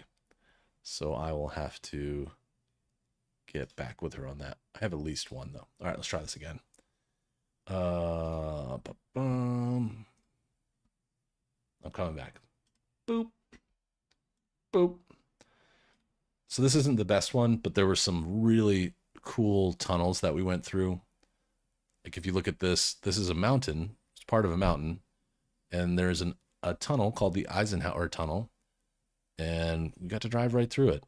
And some of them, like one of them, took us about a minute to get through, so it was about a mile through the mountain. It was really cool. My chair, Buster, it is comfy. I love this chair. Huge. If anyone at Secret Lab is listening, please, I will sell your chairs all day. These are the best chairs I've ever had. I'll chat with you later, Mrs. Muss. But this was cool. I like the idea of going through tunnels that were just under like huge amounts of rock. Speaking of huge amounts of rock, here's Murphy Girl in front of some beautiful rock formation in Utah. Well, this was, I think this was called Black Dragon Mountain or something like that. She's got her little Dodgers hat on, but look at this stuff. Like this whole area was just huge canyon areas where they were just mountains of red rock and dirt. Even down here, there's another canyon down here. So that was pretty cool. And there's Murph. Look at her. They don't make them much cuter than this, I don't think. I know I'm fanboying over my dog here, but look at her. Yeah, she likes her little hats sometimes. Sometimes she does. I really like this picture. I'm probably going to get this one printed and framed because she's just looking so perfectly at the camera. The like I used this camera to take it, and I'm actually not that good at shooting with this camera, but the moon and the sun and the stars aligned and it just worked out. I don't know. Yeah, I don't. She leads the pack, man. She's a great dog. She's so smart and so calm and so gentle. But here's some more examples. I'll zoom a little bit on these, but look at this. Utah was like Mars. It was like a totally different planet. It was really breathtaking, stunning, incredible everywhere we went. Murphy's your Alf. That's so cute. Every single time we turned, there's me taking a picture. Everywhere we went, it was just beauty, beauty, beauty, beauty, beauty. I agree. Murphy's the MVP. She's right there. She's got it. Beautiful, unique. I mean, look at the way they blasted out this rock to make the highway go through here, which I don't know how I feel about. You have to do it, but that doesn't look like this planet, right? Look at this. If I just showed you this part, you might not know that's on the Earth. It looks to me like Mars. Maybe if I change the color of the background a little bit, it looks like Mars. All of this stuff really did. And it was really, really cool. Looks like from the movie Cars. I don't know that one. I probably should. I'm a car guy, but it was awesome. Really fun. Beautiful scenery everywhere we went. Here's the Welcome to Utah sign. Yep, just like Mexico in RDR1. And I'm sure there's lots of Mexico that looks like that too. Actually, Arizona was Mexico at one time, so that makes sense. Beautiful mesas. You could also really see like how water was here at one time. Like this is all water runoff damage, but it only goes up to here. So you could imagine when there was a big Rio going through here. For my photography, I use this here. It's I'll go big so you can see it. Am I blurry? Maybe blurry. I'm a little blurry. I use this one, the Canon Rebel T5i. It's pretty good. I like it. It's got like a nice viewfinder on the back with touchscreen and stuff. And as you can see, my fingerprints are all over it. I like it. I like it a lot. It's a nice camera. I'm not that great with it. I'm still learning. I've had it for 9 years and I'm still learning. I don't use it enough. But exactly, Glenn. Yep. Yeah, I'm glad. I'm glad I got one. Sometimes your cell phone is still really good. And I mean, most times the cell phone is plenty good. I forgot to share a couple things, by the way. We'll go through those in a second. That's cool, Buster. But having a DSLR is really nice. By the way, we were talking about magnets. Here's a magnet I got from the Stanley Hotel. Let's see if you can see that. It's just a picture of the hotel with the mountains in the background. I don't know if you can really see it. There it is. And then I got this one in the Rocky Mountain National Park, in Estes Park, and it looks like a patch. Like it's the material of a patch. And it's got the elk on there, but it's a magnet and it sticks to metal. So it's pretty cool. It's just like a patch. It's embroidered, which is kind of cool. Also, I got this train magnet when we were on the train, which I thought was pretty cool. I got this painting when we were at Red Rocks. I picked up this painting from the South Park 25th anniversary concert with Primus and the band Ween. And I guess this was painted during the concert by an artist. I like Ween and Primus a lot. So we went through, I see I'm blurry. We went through a city or a very small town in Utah called Beaver. And this one's, I let my juvenile comedy get the best of me. It's the name of a town, okay? I love Beaver. I couldn't resist. I absolutely couldn't resist. That's going on the refrigerator for sure. Uh oh, the 70s really good. And I agree, Canon is the best brand of cameras. I had a Nikon for a while, but it was too slow. Yeah, Arthur, I it was hilarious. Glenn, I am a big fan of Ween. We saw them here a couple of years ago, and I've been a fan for a long time. Yeah, I feel like Rebel's a little cheaper than the 70, obviously, but it's a nice camera. Buster, I'll send you some pictures. No, I won't. I promise. I don't want to get anyone in trouble here. What else? This is the biggest flag one of the biggest American flags I've ever seen. Look at it in relation to the sign on this thing. It was huge. And look at gas, $4. That was like the most expensive gas we saw. Most of the time it was like $3.20.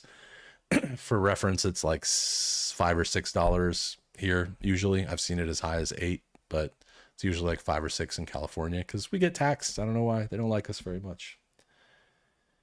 The rest of the trip is very basic. Once we stayed in St. George, nice little tiny town.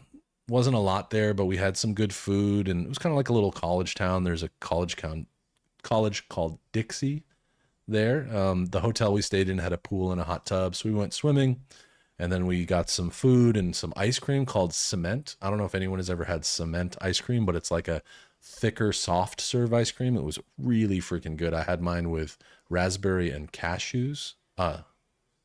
Yeah, raspberry and cashews. Oh my God, it was good. It was so good. Um, Arthur, nice emojis. I didn't know there was a beaver emoji. That's cute. So then from there, this road out was simple. If you've ever driven through Nevada, it all looks the same. We drove by what I think was Area 51, although they don't really, it's not on the map, but it's kind of cool. We did not stop in Vegas. We drove right through. There was traffic and we just wanted to get home. And I've been to Vegas so many times. I love going, especially with my friend Mark, who was here the other day, and the guys from Gamble Smart.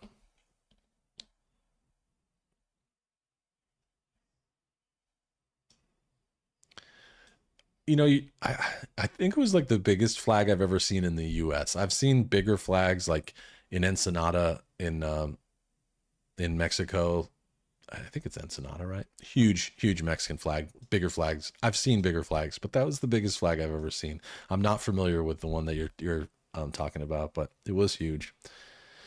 So we basically just drove home. From there, it is very boring. Like, this might look cool, but it isn't. It's just desert as far as you can see. It's neat in the sense that this is Death Valley and Mojave Valley.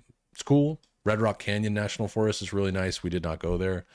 I've been there though, but this is Death Valley and the Mojave. So it's interesting, but it's just, I've done it so many times. It was just like, okay, just autopilot, drive straight, drive straight, drive straight. I mean, this looks like it turns a lot. It doesn't. It's so straight. It turns right here once, and then you just go straight. There's a lot of, yeah, it was a very long trip. In total, I think what we did was around 2,400 miles. And remember, every mile is 1.6 kilometers.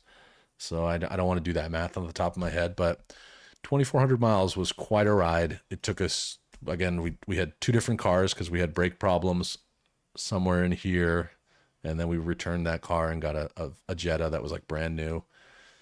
It was fun. It was crazy fun. If you look, we left from California, went through Arizona, then New Mexico, Colorado, Utah, and Nevada. That's 6 states in 10 days. It was so fun. Someday I want to get over into Texas. I've only been to Austin in Texas. I've never seen any of the rest of the state. Someday I want to check out Portland. I've never been there. I think that would be cool. I've been to a lot of these other places: Florida, Georgia, um, Maryland, New Jersey, Delaware, Pennsylvania, New York, Connecticut, Rhode Island, Massachusetts, New Hampshire, Vermont. This is where I grew up as a kid. Look how pretty that is. New York, Maine, Toronto, Montreal. I've done all this stuff. We're going here in 2025 in June. It might be the next big trip, to be honest, because it was not cheap, but it wasn't as bad. Like, I felt like for the money, driving made a lot more sense. We also got our rental car through Costco, so it was really cheap, but it was good. They took great care of us. It was through Costco, but it was actually Enterprise that handled our rental, and we were 110% happy with Enterprise. Like, I would rent because of the way they handled the problem with the car. They were just like, yeah, just go to an airport, switch it. It's like, all right, cool. No questions asked. I left them with a California car and returned into California with a Colorado car. I have no idea how they're going to work that out, but they said they didn't care. They would do whatever. So, oh, yeah. Buster, you've driven 750 kilometers in a day. These were some of the longest I've ever driven. Probably the longest I've ever driven was from Denver to St. George here in Utah. That was 10 hours. We split it up. We did 2 hours, then 2 hours, then 2 hours, then 2 hours, just switching. But that's the longest road trip I've ever been on. A lot of these other ones, like we did like 7 hours and then 8 hours and then 7 hours. But yeah, I mean, the distance, it's crazy. Like when you think about this is from here to like Vermont, this is like 3,800 miles. So, you know, it's a huge, huge country. There's so much to see. Some of it is nothing, and no offense to anyone who lives out here, but some of this stuff, there isn't a lot going on. It's just farmland, and there's cool little things, cool little towns and cities and stuff. But I know some people that have driven from like New York to LA to move here, and they said like lots of this was just basic highway. You have to really get off the highway to find anything. But yep, I love travel. 6 states was very fun. So that's my TED Talk. I think I covered everything. I'm excited about that vinyl being red. I'm going to go try and play that after the show and do some exercise and eventually cook some dinner here. But if you stay tuned for the whole time, I mean, as always, I appreciate you so much. But Pavel and Arthur Morgan, thank you so much for your super chats. I'm glad that it was a dreamlike stream or that you felt that it was cozy. I like it, something different. And it's fun to do this kind of stuff. Because how many times in life I don't do social networking other than YouTube, I guess, is social networking. Not really, but I don't do it. So, like, how many times in life do you take a shitload of pictures and then get to share them with people who have literally never seen it or maybe have not seen it recently? Like, I don't have an outlet for it. So, this is really fun for me. And, the trip itself was a gem. It was absolutely perfect. No complaints. And I want to give a shout out to my sister Liz for hosting us for 5 days. It was really, really, really, really good. Such a great trip. Buster. Okay, now we start 2 hours of Red Dead Redemption 2. Not quite. Um, yeah, this was super fun. Of course, Pavel never, as you know the rules, as long as it's not going to get any of us in trouble, please don't be shy. Share whatever you want. That's what Discord's for. Oh, Arthur, that's fun.